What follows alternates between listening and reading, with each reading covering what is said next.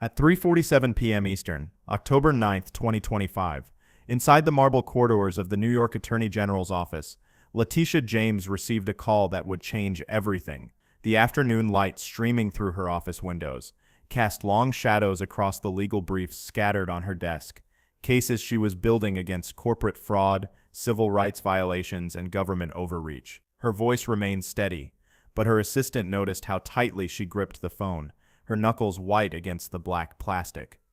A federal grand jury in Virginia had just voted to indict her. 2 felony charges. Bank fraud, false statements to a financial institution. The woman who had brought down a former president was now facing 30 years in prison and $1 million fine on each count. But this wasn't about a mortgage. This was about power striking back. Just 48 hours earlier, President Donald Trump had posted a message on Truth Social that read like a digital death warrant. Nothing is being done. What about Comey, Adam Shifty Schiff, and Letitia? We can't delay any longer. It's killing our reputation and credibility. The message was directed at Attorney General Pam Bondi. It was a public order delivered with the subtlety of a sledgehammer at 11:23 p.m., when most Americans were asleep but political operatives were wide awake, screenshotting and forwarding the demand through secure channels. And now, the machinery of federal justice was grinding toward the woman who had dared to challenge untouchable power. The speed of the response was breathtaking. Within 72 hours of Trump's social media ultimatum, a grand jury that had been dormant for months suddenly reconvened. Prosecutors who had previously concluded there was insufficient evidence suddenly found their memories refreshed. Phone calls were made, meetings were scheduled, and the woman who had cost Trump hundreds of millions of dollars in civil penalties was about to discover that payback in American politics isn't just personal, it's federal. The charges seemed almost insultingly small. A $109,600 mortgage on a Norfolk, Virginia property, allegedly false statements about whether it would be a second residence or a rental property. The government claimed she saved $18,933 through favorable loan terms. $18,000 for a woman who had pursued a $450 million civil judgment against the Trump Organization. The amount was laughably trivial, but that was exactly the point. This wasn't about justice. It was about sending a message that echoed through every prosecutor's office in America. Cross us, and we will find something. We will dig until we find a parking ticket, a tax miscalculation, a single word misplaced on a mortgage application, and we will destroy you with it. The timing was surgical in its precision. James had just filed another lawsuit, challenging the administration's immigration policies. Her office was preparing briefs for 3 separate cases against federal overreach. And now, suddenly, she was the one facing the inside of a courtroom as a defendant. At 4:15 p.m., James emerged from her office. The press was already waiting. Camera flashes erupted like lightning as she approached the podium. Her voice, when she spoke, carried the weight of someone who had spent years in courtrooms, but now the stakes were personal. "These charges are baseless," she said, her words cutting through the chaos. "This is nothing more than a continuation of the president's desperate weaponization of our justice system. He is forcing federal law enforcement agencies to do his bidding, all because I did my job as the New York State Attorney General." But even as she spoke those words, James knew the brutal mathematics of political warfare. It didn't matter if the charges were baseless. It didn't matter if she eventually won in court. The process was the punishment. Every day spent defending herself was a day not spent pursuing the cases that had made her a target. Every dollar spent on legal fees was a dollar not available for the public interest. Every morning she woke up facing federal charges was a morning the other side celebrated as a victory. The man orchestrating this campaign had learned from history's greatest practitioners of political revenge. He understood that you don't need to win in court to win in the arena of public opinion. You just need to make the cost of resistance so high that reasonable people decide it's not worth the fight. The investigation itself told a story of institutional capture that would have made authoritarian leaders worldwide take notes. The previous U.S. Attorney for the Eastern District of Virginia, Eric Siebert, had reviewed the James case for months. Career prosecutors and FBI agents had examined the evidence. Their conclusion was unanimous. there wasn't enough evidence to secure a conviction. The case was, in the words of multiple sources, going nowhere. Then came the pressure. Trump made it clear he wanted Siebert out. The career prosecutor, who had served under both Republican and Democratic administrations, suddenly found himself pushed to resign. In his place came Lindsay Halligan, Trump's former personal lawyer with no prior prosecutorial experience. Within days of her appointment, the James investigation was revived. The grand jury was convened. The indictment was handed down. Halligan's first major act as a federal prosecutor was to indict the woman who had successfully sued her former client for fraud. The conflict of interest was so glaring it would have been rejected as implausible fiction. But this was reality in an America where the Justice Department had become another tool of political warfare. The broader pattern was impossible to ignore. 2 weeks before James's indictment, another Trump adversary had faced federal charges. Former FBI Director James Comey was indicted for allegedly lying to Congress, charges based on testimony he had given 4 years earlier that had been publicly scrutinized by lawyers, investigators, and political opponents without resulting in criminal referral. The message was clear: we have long memories, unlimited resources, and federal grand juries willing to indict anyone we tell them to indict. But James had one advantage her enemies hadn't counted on. She understood power better than most, because she had spent her career fighting it. She had taken on landlords who preyed on tenants, discovering how slumlords used shell companies and legal loopholes to avoid accountability. She had battled pharmaceutical companies that price gouged patients, unraveling complex schemes to extend patent monopolies.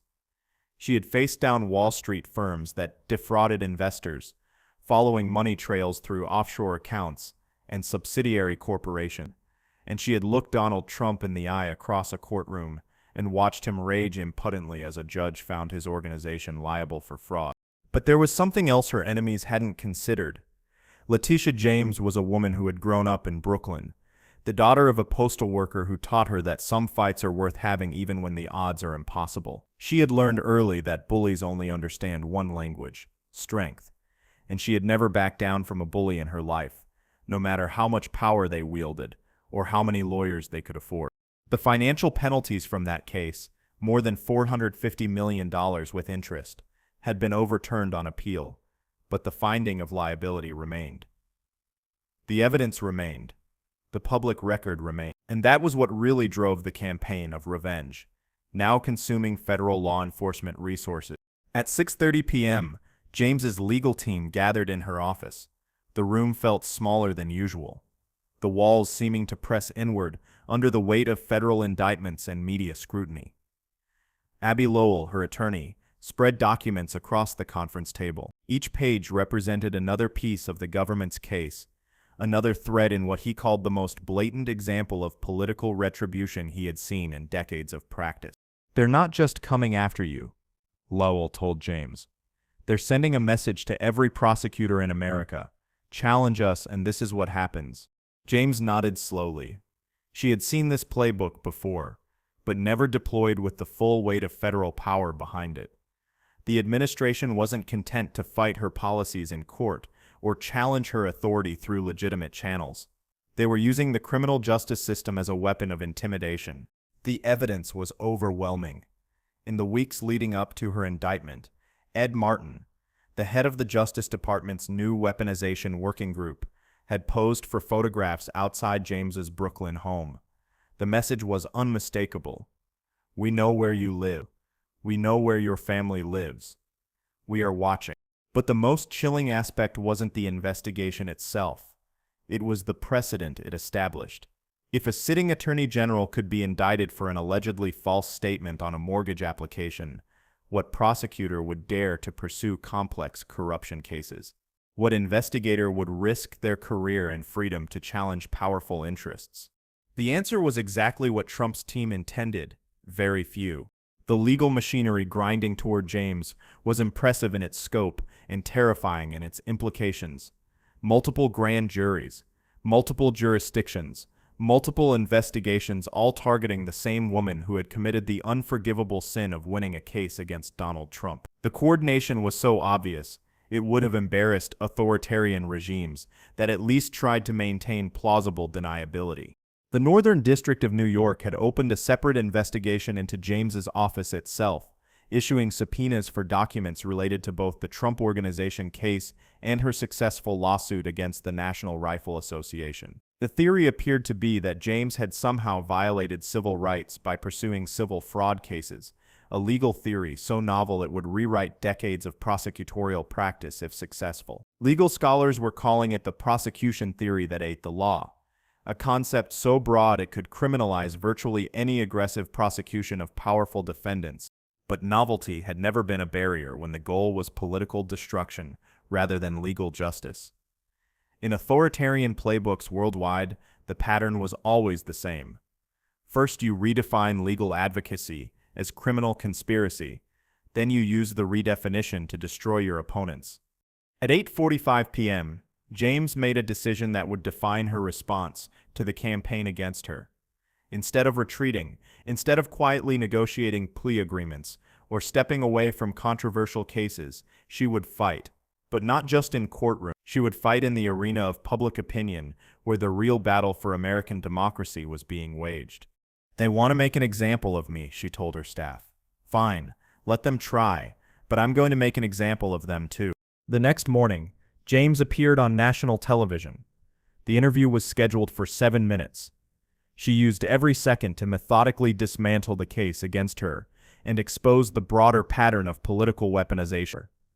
Her performance was clinical, devastating, and completely controlled, the opposite of what her enemies expected from someone facing federal charges.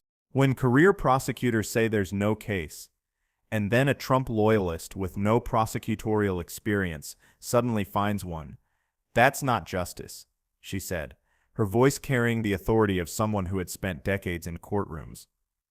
That's revenge, and when that revenge is carried out using the full power of the federal government, that's not just personal, it's un-American. The interview went viral within hours. Some weaponized justice began trending on social media, joined by Stand with Letitia and political retaliation. Legal experts who had remained silent began speaking out about the dangerous precedent being set. Bar associations issued statements of concern. Even some Republicans privately expressed unease about the obvious coordination between Trump's social media posts and subsequent federal prosecutions. Cable news shows ran split screens comparing Trump's Truth Social posts with the timeline of federal investigations. The correlation was so precise, it looked like a coordinated military operation, which in a sense, it was. But James knew that public support, while important, wouldn't stop the legal machinery now targeting her. She needed a different kind of victory. She needed to win in court so decisively that it would serve as a warning to anyone else considering this playbook. The case they had brought against her was, in legal terms, laughably weak. The alleged false statement was ambiguous at best. The financial benefit was minimal. The intent to defraud was non-existent. Any competent defense attorney could raise reasonable doubt about every element of the charges. But that wasn't the point. The point was the process, the humiliation of an indictment, the disruption to her work, the chilling effect on other prosecutors watching her ordeal. James understood something her enemies hadn't considered. She was uniquely positioned to fight back. As New York's Attorney General, she had resources, staff, and legal expertise. She had a platform and public support. She had the backing of Democratic leadership and legal organizations nationwide. Most importantly, she had nothing left to lose. On October 24, 2025 at 9:30 a.m., James walked into the federal courthouse in Norfolk, Virginia. The building was surrounded by supporters and protesters, media trucks and federal marshals. The courthouse steps had become a stage for competing visions of American justice. Inside the courtroom, the scene was surreal. U.S. District Judge Jamar K. Walker, a Biden appointee, presided over proceedings that had been orchestrated by a Trump-appointed prosecutor pursuing charges against a Trump opponent based on a mortgage application from. When asked to enter her plea, James spoke clearly, "Not guilty." The words echoed through a courtroom packed with journalists, legal observers, and James's supporters.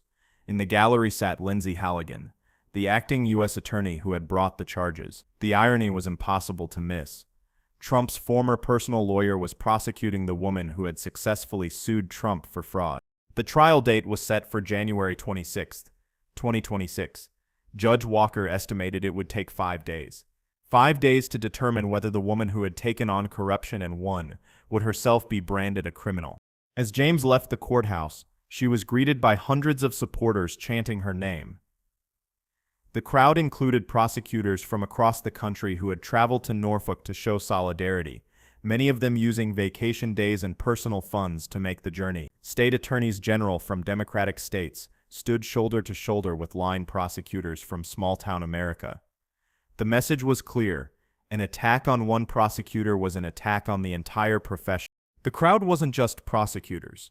There were teachers who remembered James fighting for education funding, tenants who had benefited from her housing advocacy, and patients whose prescription drug costs had been reduced by her pharmaceutical investigations. They understood that this case was about more than one woman's legal troubles. It was about whether anyone would be left to fight for ordinary Americans against concentrated power. "This is not about me," James told the crowd, her voice carrying across the courthouse steps and into the cameras broadcasting live across the nation. "This is about all of us, and a justice system which has been weaponized and used as a tool of revenge against individuals who simply did their job. But I want to be clear about something. I will not be intimidated. I will not be silenced, and I will not stop fighting for justice, no matter what they do to me personally." The words carried weight beyond their immediate context. James was articulating a principle that transcended party politics, the idea that prosecutors must be free to pursue justice without fear of political retaliation. But the forces arrayed against her weren't interested in principles. They were interested in power and revenge, and the systematic dismantling of any institution that could challenge their authority. The trial, still months away, would determine more than James's personal fate.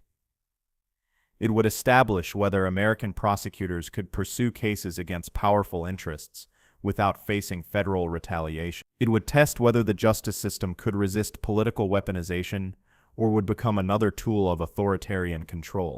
The stakes couldn't be higher.